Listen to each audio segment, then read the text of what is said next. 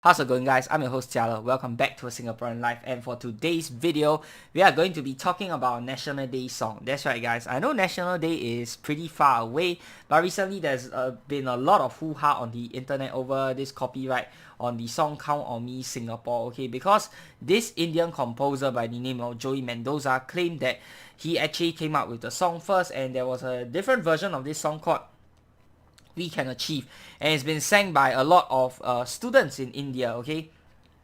So I'm going to give you guys a brief rundown of the entire case first before I give you guys my thoughts on the entire incident.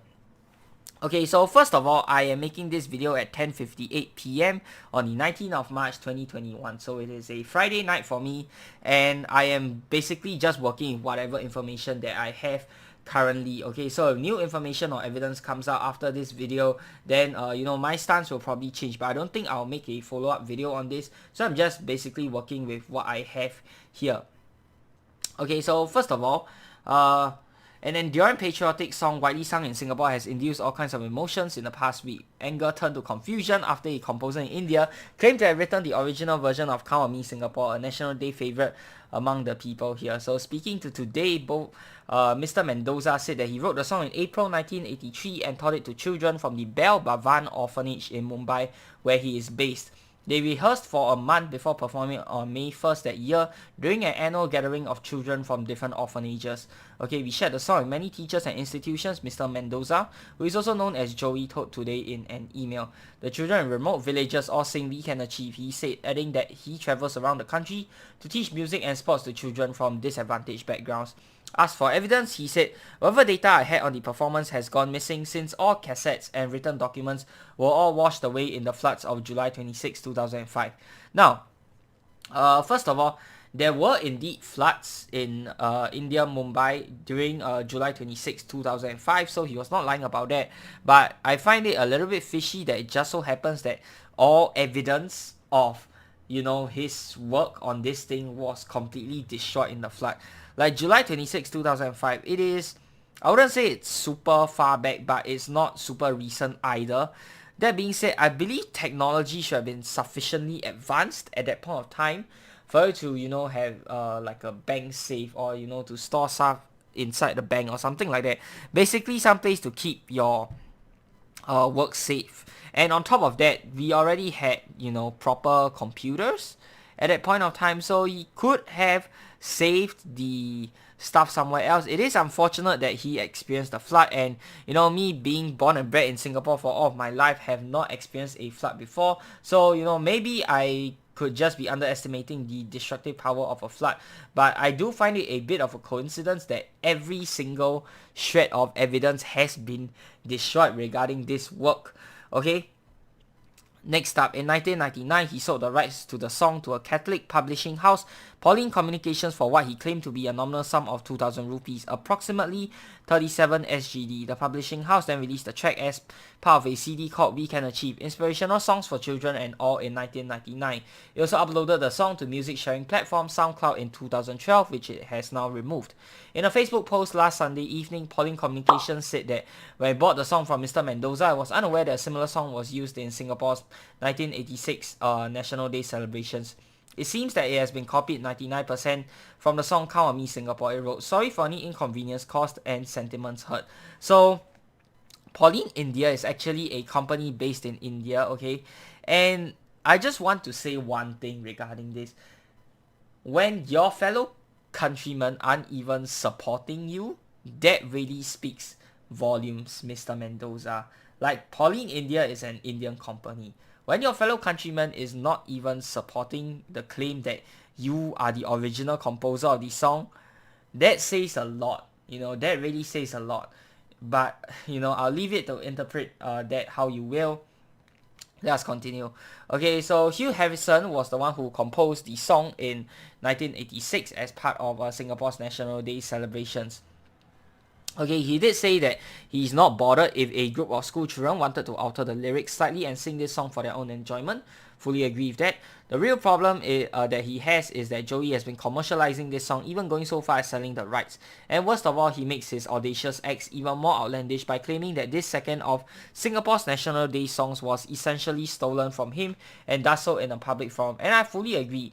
Like, when someone else is taking credit for your work, you have the right to be pissed. And the fact that now that very person is claiming that he was the original creator of the work, that like he has every single right to be angry. And a lot of angry netizens online, they are downvoting every single YouTube video on We Can Achieve right now, like, and leaving all sorts of nasty comments on the YouTube videos. First of all, I just want to say that what does targeting the YouTubers who upload the video actually do anything at all? Sure, you can leave comments telling people that this song was copied from Singapore, but I don't think leaving dislikes on a video is the right way to go, especially if the video is not about they are just uploading a video. They are not the one who copied your song, so don't direct your hate towards the uploader of the video. Direct your hate to the person who is copying the video, and as a small YouTuber myself, I will say that it does affect the YouTube uploads greatly if you leave a bunch of dislikes and nasty comments on videos, because it is not the uploader's fault. Let's get this straight first. If anyone is to blame, it's Joey Mendoza for copying the song and claiming that the song belongs to him. It is not the fault of any person who uploads renditions of the song sung by other children to YouTube. How would they have known? Nobody would have known, right, until recently.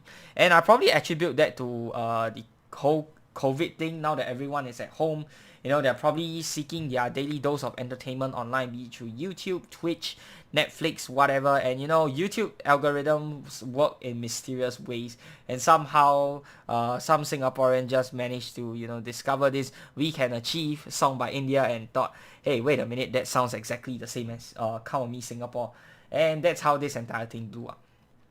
Okay, anyways, he did say that while he was working on the song, okay, so this was by Mr. Harrison. He said that while he was working on the song, the lyrics and melody had evolved over a number of months after input from a government official, a colleague from his firm, as well as Singapore jazz veteran Jeremy Monteiro, who arranged the piece. What are the odds that after all these small tweaks, the song just happened to end up being identical to Joey Mendoza's Indian version? And I fully agree. Also, let us think back to 1983 and 1986, okay? Computers did exist back then, but YouTube didn't exist back then. And the internet was probably like less than half a megabyte per second. To say that Joey Mendoza copied the song from somewhere, it's kind of hard for you to do that without all of this digital information being readily available. I think the only way he probably could have copied it is either he was in Singapore at that point of time, or one of his friends was in Singapore, happened to play the song to him or record it down for him, or just so coincidentally some Singaporean in India happened to be playing the song as part of their National Day celebrations, to feel the patriotic spirit while you're in another country. And Joey Mendoza just so happened to hear it, really liked it, and decided to claim it for his own. Who knows? Okay, so I'm saying that it is very difficult for Joey Mendoza to actually copy the song, especially during a time like 1983, 1986, but not saying that it's impossible, it's just that it's very hard. Okay, so enough defense on Joey Mendoza's part. Let's continue to see what other, which other parties got involved in this entire hoo-ha. Okay, in a Facebook post last Friday, the Ministry of Culture, Community and Youth, MCCY, said that it was investigating unauthorized versions of Count on Me Singapore for potential copyright infringements, but it edited a post a day later to remove references that it was conducting an investigation. It added, it may be a copy of our song, but sometimes imitation is the best form of flattery. To some extent, this is true, but it really depends. If you're claiming the thing for your own, that is not flattery at all. Sure, you can say that if he's just copying it by giving us the credit, I would say that, yeah, imitation sometimes is the best form of flattery. But if you're copying the thing and then claiming it for your own, no. Okay? And I don't know why you had to edit the post later to remove references that was conducting an investigation. I did not manage to catch what the original post was, but, I don't see anything wrong with conducting an investigation, so I don't know why they removed that part. Okay, and I see a lot of angry netizens not only downvoting every single YouTube video on the song, but on top of that, there are also a lot of Facebook comments, and I just want to say one thing. Like, it is not that simple, you know, to just shoot a lawsuit over and all that. You have to keep in mind that this is bigger than just, you know, Joey Mendoza himself. It could also potentially sour relations with India, and, you know, you don't really want that. Singapore being a small country, we obviously try to keep friendly relations with all of our neighbors, and India is no exception, you know. It is really not as simple as, hey, I'm going to sue the pants off this guy, you know, make him pay for copying our National Day song and all that kind of things. It is really not as simplified as what everyone likes to think, and I don't know why, for some weird reason, nowadays arguments just links to 4 different aspects, and I'm going to tell you what the 4 are. Race, religion, gender, politics. I don't know why every single issue is being linked to these 4 aspects. Like, come on, sometimes issues are just, you know, standalone issues. It has nothing to do with any of these 4 things, but I can see people linking it to race. I can see people linking it to politics. You know, why is MCCY not doing anything? Man, this government is really useless. This government needs to grow some balls. Blah, blah, blah, blah, blah. You know, it's just a matter of this guy copying our song. It has got nothing to do with the government. Okay. Now, let us move on. Okay, and I'm going to give you guys my thoughts now. First of all, let us look at the lyrics of the song, okay, to determine how fishy it is and who really copied who. Who in the world rhymes India with more?